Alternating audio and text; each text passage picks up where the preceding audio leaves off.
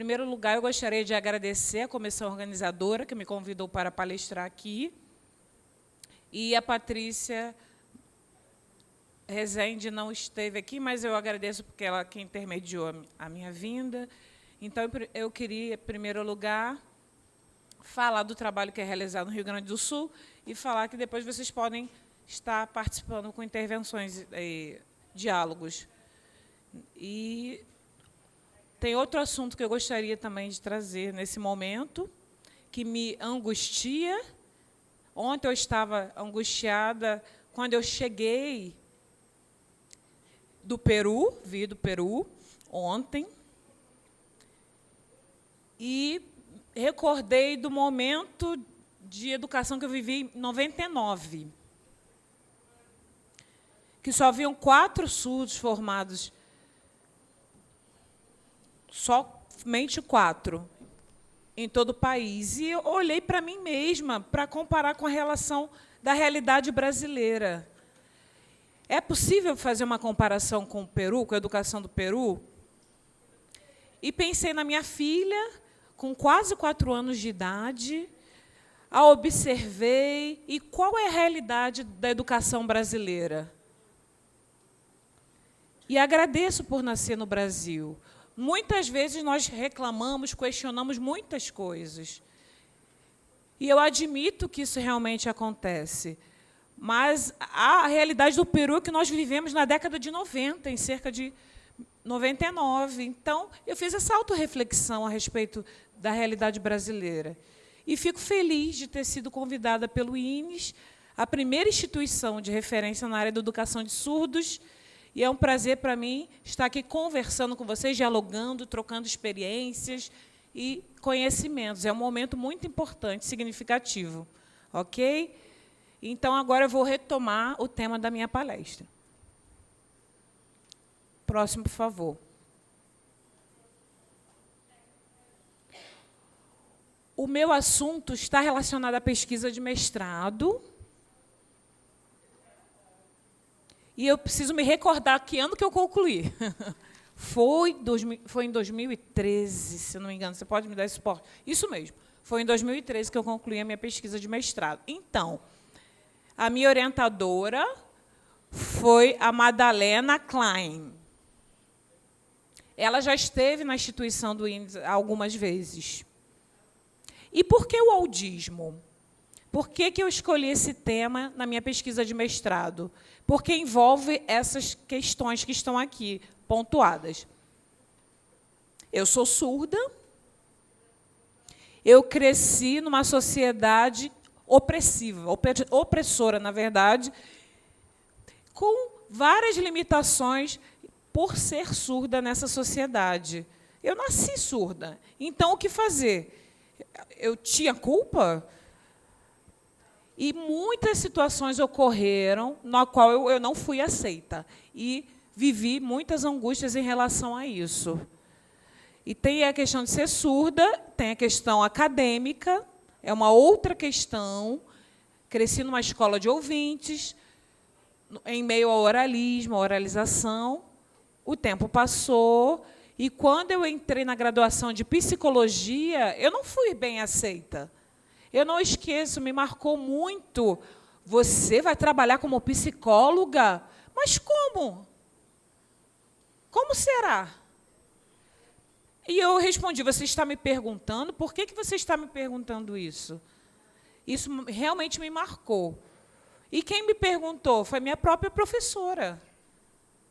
Como assim? A outra questão, eu comecei a ver no YouTube, na internet, de maneira geral, as mídias em geral. A gente realmente precisa ter esse acesso às mídias, a questão do audismo. E essa palavra, esse conceito. E comecei a me interessar sobre a conceituação. Porque, muitas vezes, é um momento polêmico quando se trata a respeito disso. Eu queria realmente saber os significados que estavam imbricados nessa questão no campo da psicologia. Quando eu terminei, ingressei no mestrado e tentei trazer essas questões todas. Agora, eu gostaria, primeiramente, de esclarecer questões conceituais sobre o audismo. Temos muito que caminhar. Eu posso caminhar aqui? Posso andar aqui? Tem algum problema se eu me localizar próximo? Ouvintismo. Esse é o sinal de ouvintismo. E audismo, esse é o sinal. Aqui, deaf game. Deaf game.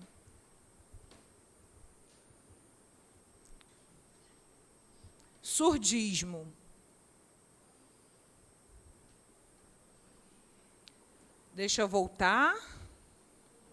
Ok. Então, essa área conceitual foi a minha investigação no mestrado, mas agora estou localizada na questão exclusiva do audismo, porque não tive tempo de estar aprofundando as outras questões. A palavra audismo e ouvintismo, eu vou tentar esclarecer o que significa. Primeiro, nos Estados Unidos, surgiu o termo relacionado ao audismo.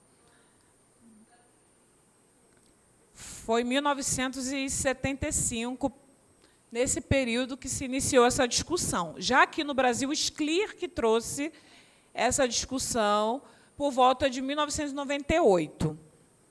O primeiro registro está no livro dele, Olhar sobre as Diferenças, da surdez e suas diferenças. E o SCLIR traduziu esse termo como ouvintismo, que veio dos Estados Unidos. Ele fez essa tradução. Mas, atualmente, as pessoas preferem audismo ao invés de ouvintismo. Alguns ainda acompanham as pesquisas e traduções do SCLIR com o termo ouvintismo. E essa perspectiva é bem diferenciada desse uso desses termos. Muita gente acha que são exatamente iguais.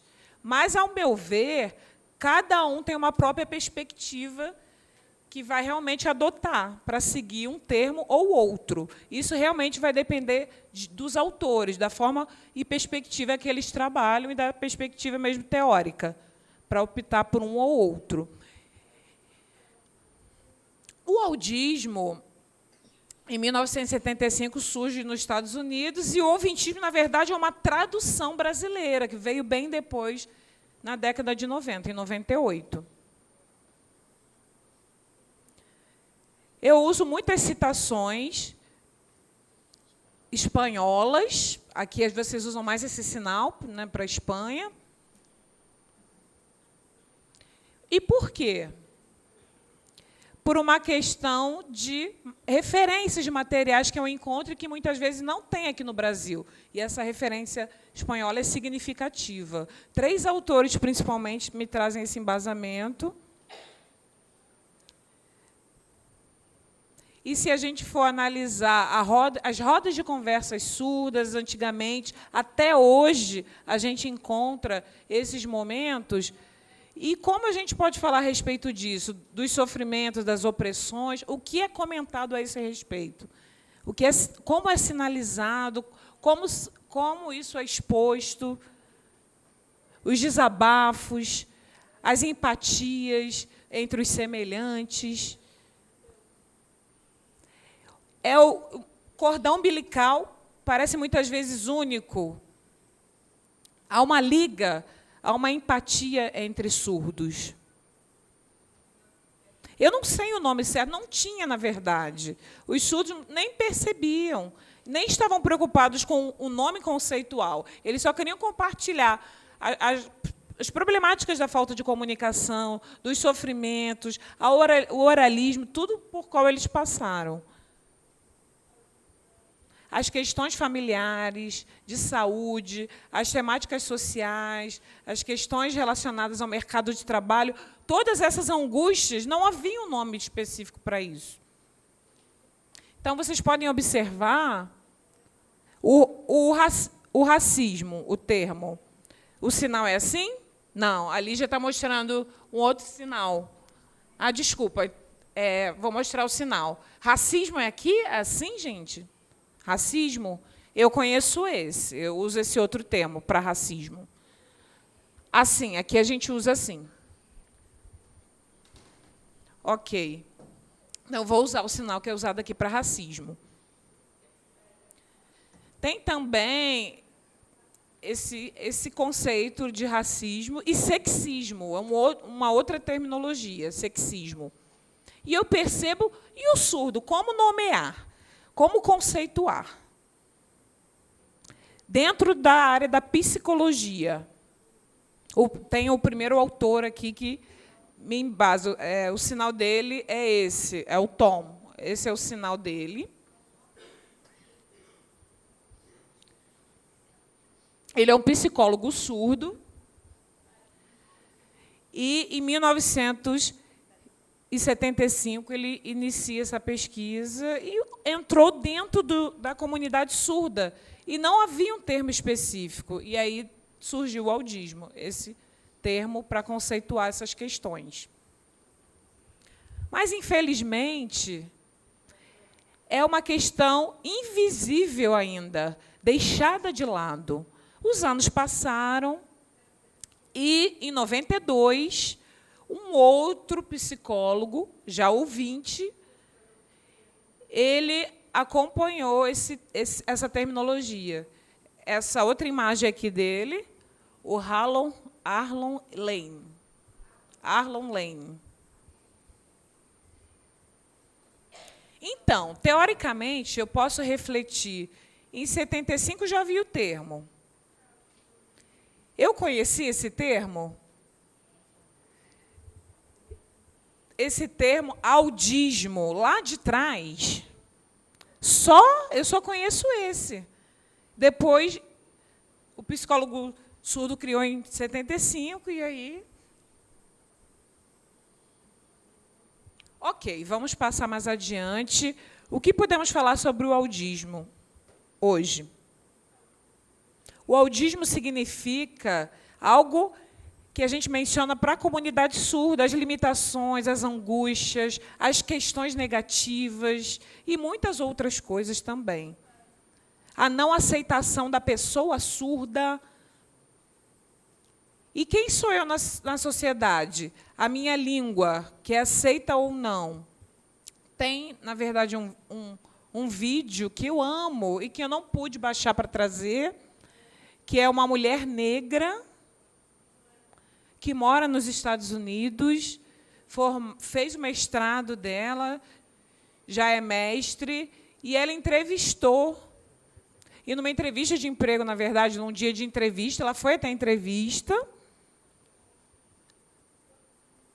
aguardou, e aí avisaram, você vai ser chamada para trabalhar. Tudo bem, ela aguardou em casa. Passou uma semana, 2 semanas se passaram, 3 semanas, 4 semanas. Ué, não me chamaram? E ela retornou ao local. Vocês falaram que iam me chamar. Eu estou aguardando. E aí ela teve o retorno. Ah, mas... E aí ela falou, porque eu sou mulher? Porque eu sou negra? Porque eu sou surda? Naquela época, não existia esse termo audismo. Mas ela recebeu essa facada por essas 3 identidades. E aí, quando eu terminei minha pesquisa de mestrado, meu orientador, ouvinte, uma outra pessoa não conseguiu terminar, e eu, surda, me comparei aos outros ouvintes que ingressam também na pós-graduação.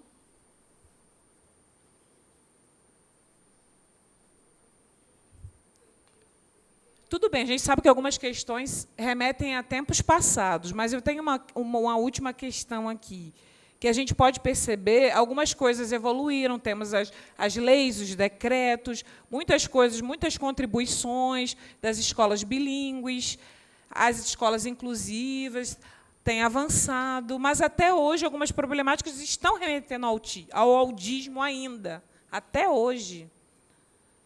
E eu reflito, e na educação de surdos?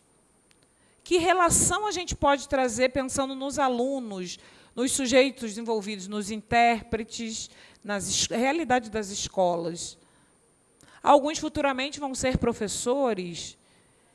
E os alunos, as crianças nessas escolas, inseridos nessas escolas, e que muitas vezes não querem atender os alunos surdos, e a língua dessas crianças?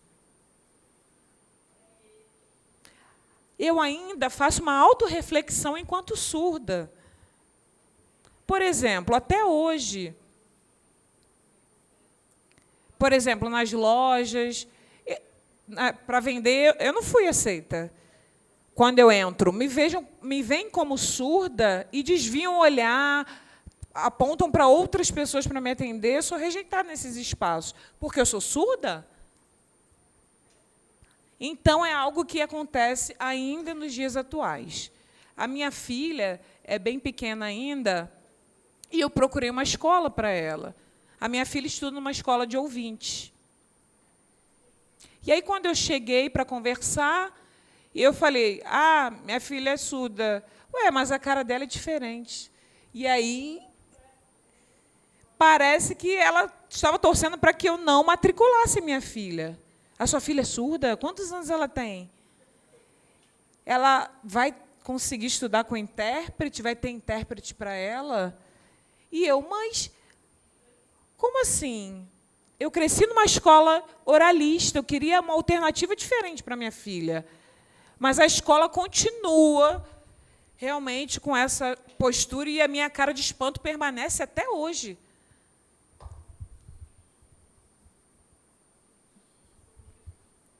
Passando adiante,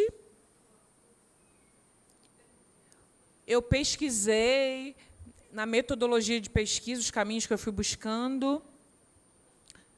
No mestrado, no primeiro ano, eu fiz as disciplinas, as leituras, os textos. E aí eu comecei a ter vontade de acompanhar as narrativas surdas, as histórias de vida, para que eu pudesse realmente adequar aos conceitos que eu queria trabalhar.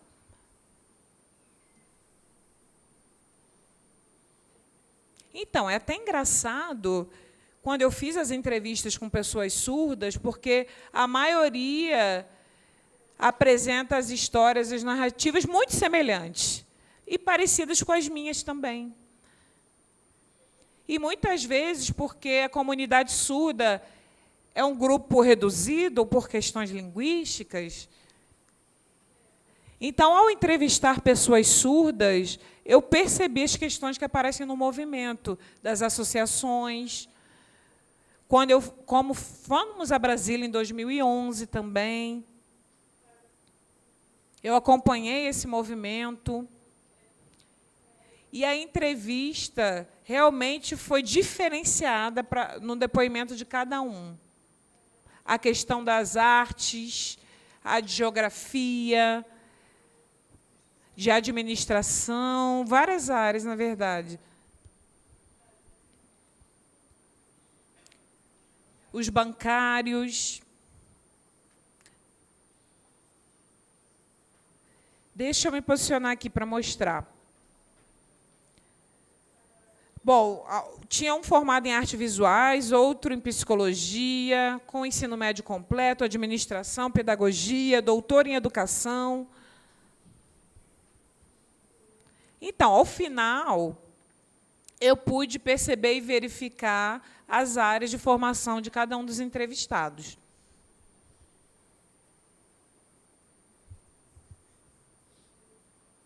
E eu uso um autor que tem esse sinal aqui, Foucault. Tá, aqui é esse outro sinal, Foucault, para Foucault. E eu uso realmente muito Foucault, por quê?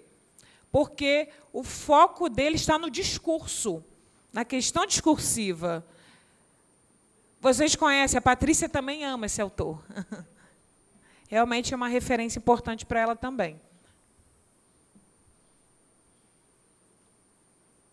Então, na verdade, no mestrado, eu criei 3 categorias principais. Uma sobre educação, a outra sobre as marcas surdas e a terceira categoria sobre a família. Eu tirei, na verdade, as duas anteriores e fiquei só na categoria educacional, porque eu tive que fazer esse foco. E, ao entrevistar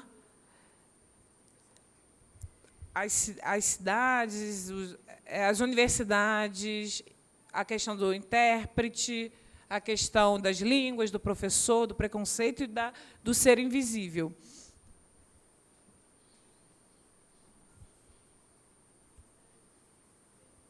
Então, tem duas pessoas surdas que eu entrevistei que têm umas histórias muito diferentes.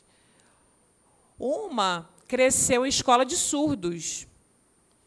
E a outra pessoa surda dentro da universidade, sinalizando dentro da universidade. Teve acesso a isso. Então, a aquisição de línguas foi bem diferente. A aquisição de língua de sinais, de identidade de cultura, uma desde pequena, primeiro. A segunda pessoa, não teve contato nenhum, só oralizou. E só na universidade que iniciou esse processo de construção identitária.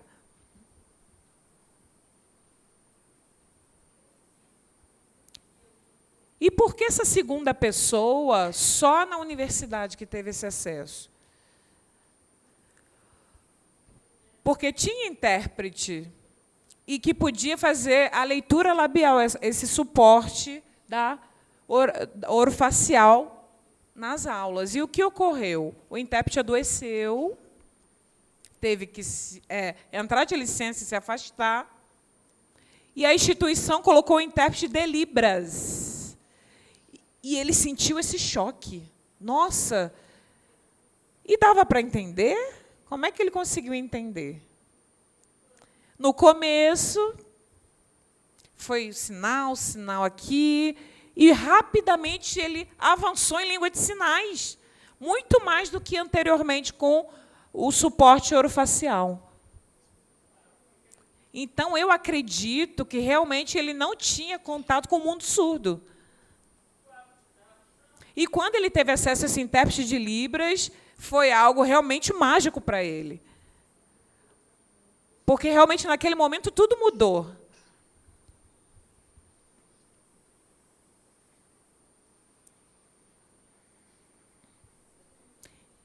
Então, é isso, é esse texto que ele falou. Na universidade, ele passou a sinalizar.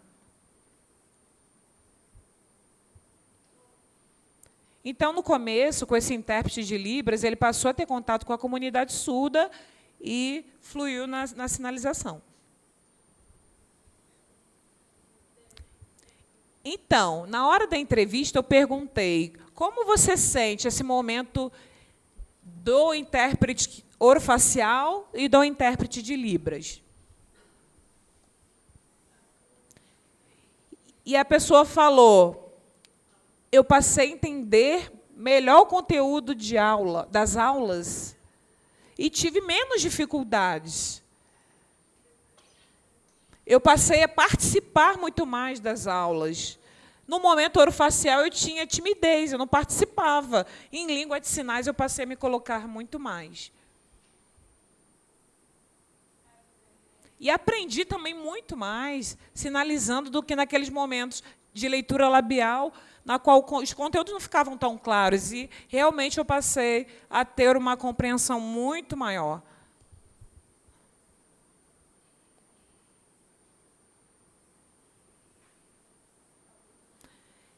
Esses autores aqui também são espanhóis e dizem que as pessoas surdas, quando têm esse contato com o mundo surdo, naturalmente a vida deles é transformada, imediatamente transformada. É como se houvesse um vazio anterior, algo que realmente falta. Falta alguma coisa. Por exemplo, comigo mesma.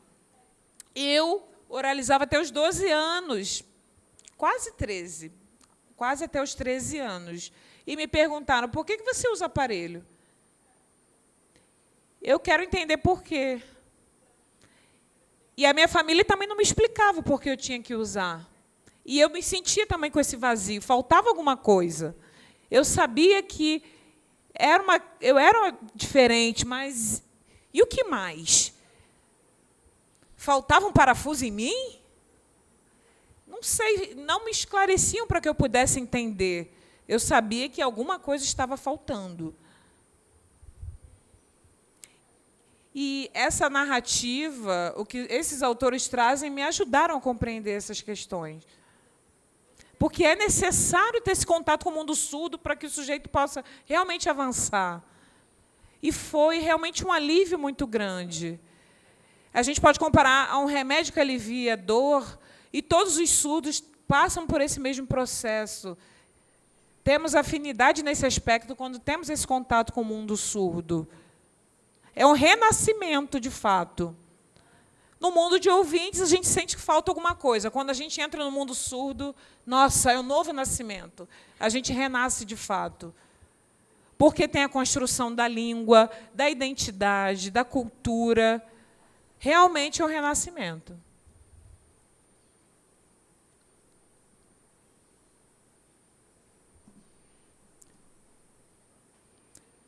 Então, o que é interessante aqui nessa parte, em relação às narrativas, esse momento anterior de oralismo, da normalidade, que é sempre imposta, uma normalização, porque é assim que as pessoas veem. E no momento desse acesso ao intérprete, que essa pessoa surda fez, tudo mudou. A turma realmente percebeu, a partir desse momento de contato. E queria mais contato também. Antes, nossa, vai ter que ter um intérprete, como é que vai ser isso? Como vai ser feito? Porque não estavam preocupados com a felicidade do surdo. E, para ele, tudo mudou com o intérprete sinalizando. Um novo mundo se abriu. E ele saiu daquela normalidade, daquela necessidade de conserto, de ajuste. E essas inquietações acontecem muitas vezes no mercado de trabalho, na hora de apresentar também trabalho na sala de aula, nas disciplinas. A partir do momento, com a língua de sinais, ele ficou sozinho, a pessoa ficou isolada dos outros. Por causa da língua, do uso das mãos? Por que isso aconteceu? O mesmo aconteceu também com o professor. Não ficou mais confortável. Porque queriam que ele continuasse na oralização. E realmente ele foi firme e continuou sinalizando. E no TCC, no trabalho de conclusão de curso, realmente se posicionou em relação à questão da comunidade surda, conseguiu se formar. E é uma experiência muito diferente dessa mudança de momento, de uso da leitura labial da oralização para a língua de sinais. A Gladys Perlin, ela diz que as pessoas surdas têm o direito de ser diferentes. E eu também acho isso. Eu sou diferente. Eu nasci assim. Cada um tem a sua diferença. E ponto, minha mãe é ouvinte, ela é diferente do meu pai, que é ouvinte também. E a minha filha, Fiorella, também é diferente de mim. Nós não somos iguais, cada um tem as suas próprias características. E o que é importante é o respeito. Não só o respeito, mas a aceitação também. Isso é simples. Aceitar e pronto. Aceite e pronto. Eu não sei falar, não. Esse outro autor, acho que o sinal é esse.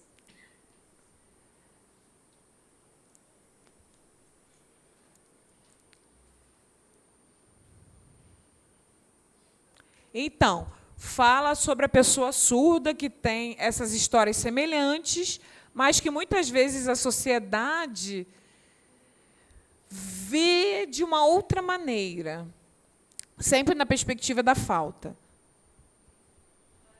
E parece também um pouco a sociedade meio que impõe. Até hoje, a gente pode observar as pessoas surdas na tentativa de se adaptar à sociedade ouvinte. E os ouvintes não se adaptam ao surdo também? Onde fica essa relação de troca? Vamos trocar essa relação. Por exemplo, eu preciso aprender a língua portuguesa. Por quê? Porque eu convivo nessa sociedade. Mas os ouvintes, eles têm que aprender um pouco do mundo surdo também. O mínimo possível. Ok, gente?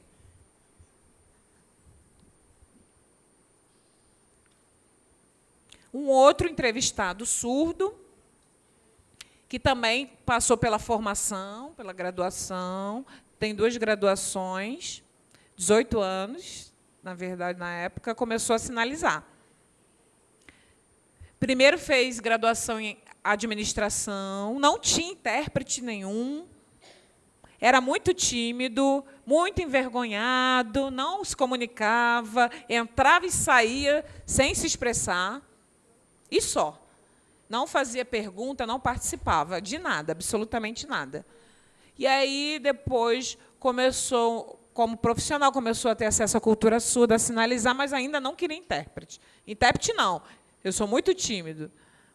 E aí, depois, fez a 2ª graduação e tinha suas inquietações. Até esse momento da aceitação. Chegou a hora de eu aceitar. E conseguiu 2 intérpretes. E a timidez foi embora, sumiu. E passou realmente a sinalizar, a participar, a incomodar mesmo os professores. A Lígia perguntou, fez administração e depois? Depois fez ciências sociais.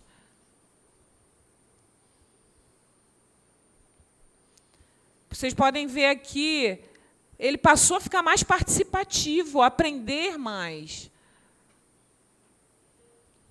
Então, eu percebo essa alternância do uso orofacial para a língua de sinais.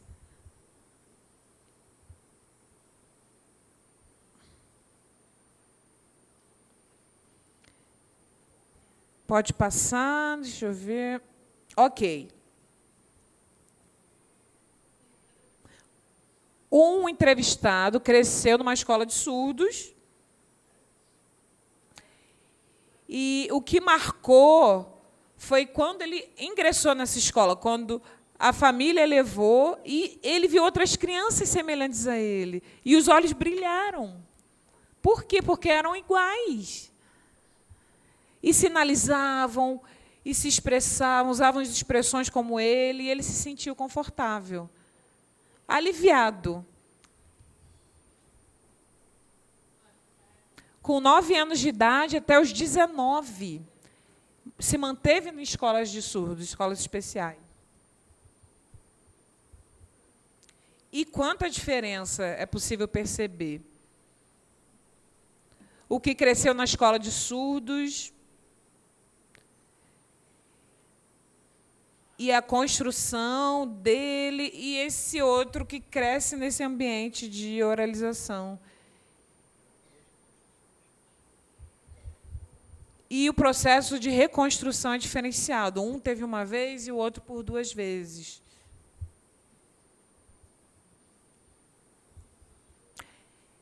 Essas 2 autoras, a Perlen e Strobel, dizem que esse contato surdo-surdo realmente apresenta o mundo surdo. E também, essas autoras acreditam que esse olhar surdo traz essa troca identitária de conhecimento, de experiências, constroem as questões sociais, políticas, a questão dos direitos enquanto sujeito surdo. O empoderamento acontece, a troca nas relações com a comunidade surda ocorre.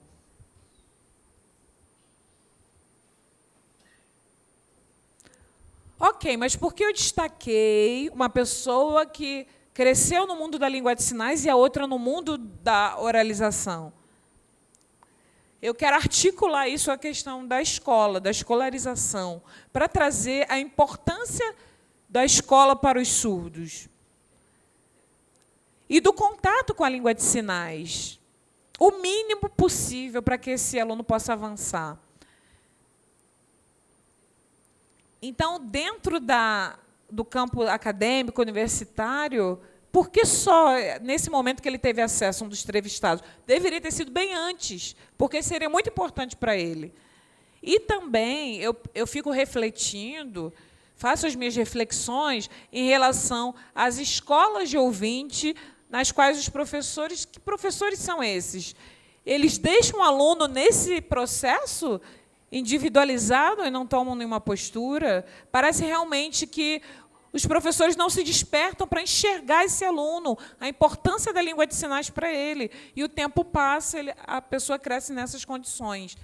Então, é necessário pensar na história de cada sujeito, cada aluno que está na escola, e desses professores. Como crescem essas pessoas?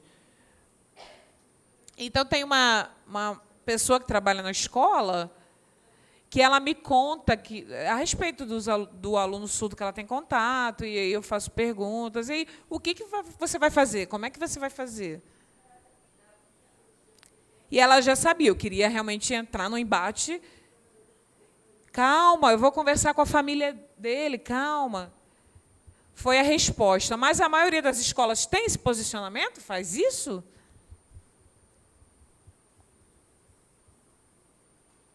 Pode passar.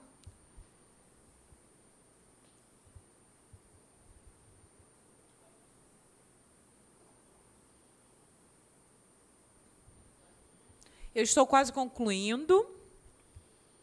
Nas entrevistas, eu fui muito provocada, principalmente por essas duas pessoas. Ambos me provocaram, porque eu tenho uma filha surda. E, quando eu fui embora, onde minha filha... Perguntaram para mim, né? Sua filha vai para qual modelo de escola? O que você pretende para ela? Qual tipo de escola? Na minha cidade, só tem escola especial. É o tipo de escola que é possível para o ensino fundamental. Há outras escolas, realmente, para ouvintes. Então, eu sou sempre provocada a pensar sobre essa questão. Eu mudei muitas questões, porque antes, quando eu cresci numa escola de ouvintes, eu pensei em mim, mas e agora com a minha filha? Eu quero uma coisa diferente para ela. E aí eu resolvi matriculá-la na escola especial. E o pior é que minha filha que ensina a professora. E eu tive que tirar da escola. Mas ia até procurar outra instituição. Eu fui super criteriosa. Eu tive critérios. Qual o primeiro deles? Uma escola pequena. Era um critério realmente que eu adotei. Porque seria mais fácil para ela não se sentir perdida na instituição. Então, uma escola pequena era um primeiro critério. O segundo, um local onde ela fosse aceita, de fato. Aceita em que sentido? Professores bilíngues. Que houvesse professores bilíngues, monitores de Libras, intérpretes para mim, para as reuniões. Então, eu fui em 6 escolas diferentes e a maioria só tinha um intérprete. E a minha filha, com 2 anos de idade, com intérprete. Era adequado para ela colocar o intérprete?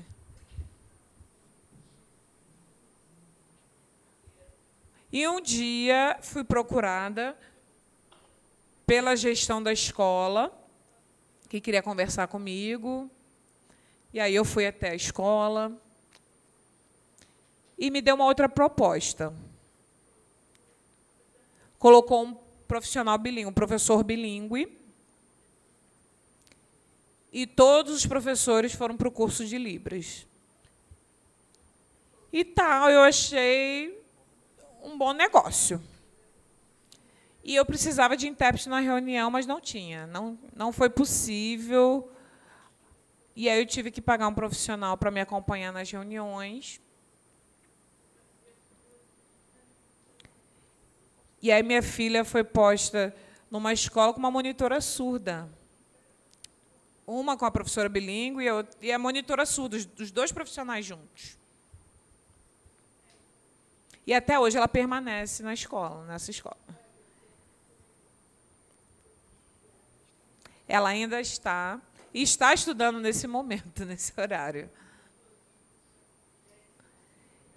E foi uma negociação que nós conseguimos dentro da instituição.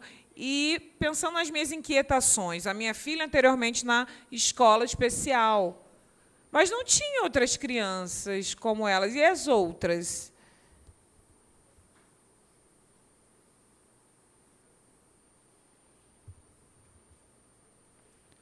Então, é muito importante pensar na escola apropriada para a pessoa surda. A escola inclusiva bilíngue, a gente sabe que tem escola de surdos, escolas especiais. Temos esses modelos todos de escola, mas a questão bilíngue é central. Para que haja esse estímulo da criança se expressar em língua de sinais, da autorreflexão, pensando realmente para que ela tenha um bom futuro.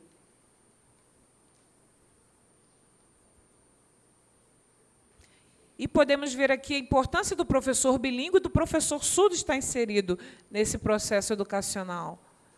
Essa construção é fundamental. A Cristina Lacerda esteve aqui trazendo, né? O sinal é esse mesmo? É isso. A Cristina Lacerda trouxe essa necessidade do contato com adultos surdos também. Isso é fundamental. É muito importante para que a criança tenha essa aquisição e construção de língua. A minha filha é pequena e ela tem essa monitora surda. Ela tem essa garantia de construção de aquisição de língua.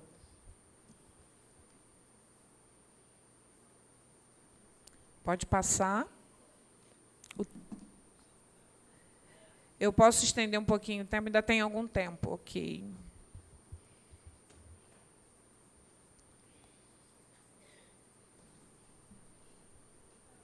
Então, refletindo ainda a respeito das entrevistas, com essas áreas de formação bancária, área de administração, de psicologia, eu perguntei, por que você escolheu essa sua área de formação? E a maioria respondeu o quê? A questão se remeteu ao autismo, sempre, em todas as falas. Uma entrevistada, ela disse que se sentia muito presa, cresceu se sentindo sempre presa, numa angústia, que faltava alguma coisa, e depois ela conseguiu essa abertura, essa libertação em contato com uma professora surda. E a professora surda trabalhava muito com a questão teatral. E ela amou isso. Uma pessoa surda como ela, e com essa metodologia, ela se soltou nesse processo com essa profissional surda. E, por isso, ela buscou a graduação na área de artes, porque ela realmente se sentiu livre para se expressar, para pintar, para desenhar, para fazer trabalhos de colagens, de artes cênicas em geral. Tem uma psicóloga que também foi entrevistada, semelhante comigo, também dessa área, e que passou pelo processo de falta de comunicação e que realmente queria contribuir para a formação de outros surdos e, por isso, buscou o campo de psicologia, de formação. Um outro surdo que eu disse que formou em 2 graduações, na área de administração, primeiro, porque a família que escolheu por ele. Foi uma escolha da família, porque era um momento realmente do oralismo. Depois que ele começou a sinalizar, ele amou e queria adentrar nas questões políticas, e, por isso, escolheu o curso relacionado à sociologia, ciências sociais, que trouxe para ele essa discussão, e ele buscou. Então, é interessante observar a experiência variada de cada um dos entrevistados. Mas e a subjetividade de cada um deles é muito semelhante. A questão do cordão umbilical que eu disse, por eles serem surdos, né, essa ligação muito forte. Esse é o último slide.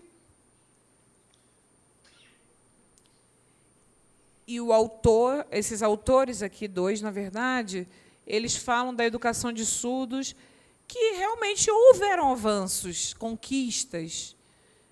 Mas, pensando no Brasil, como eu falei, comparando com o Peru, nossa, o Peru ainda está no período que nós vivemos em 99, na questão da lei, que ainda não há decreto, nenhuma oficialização.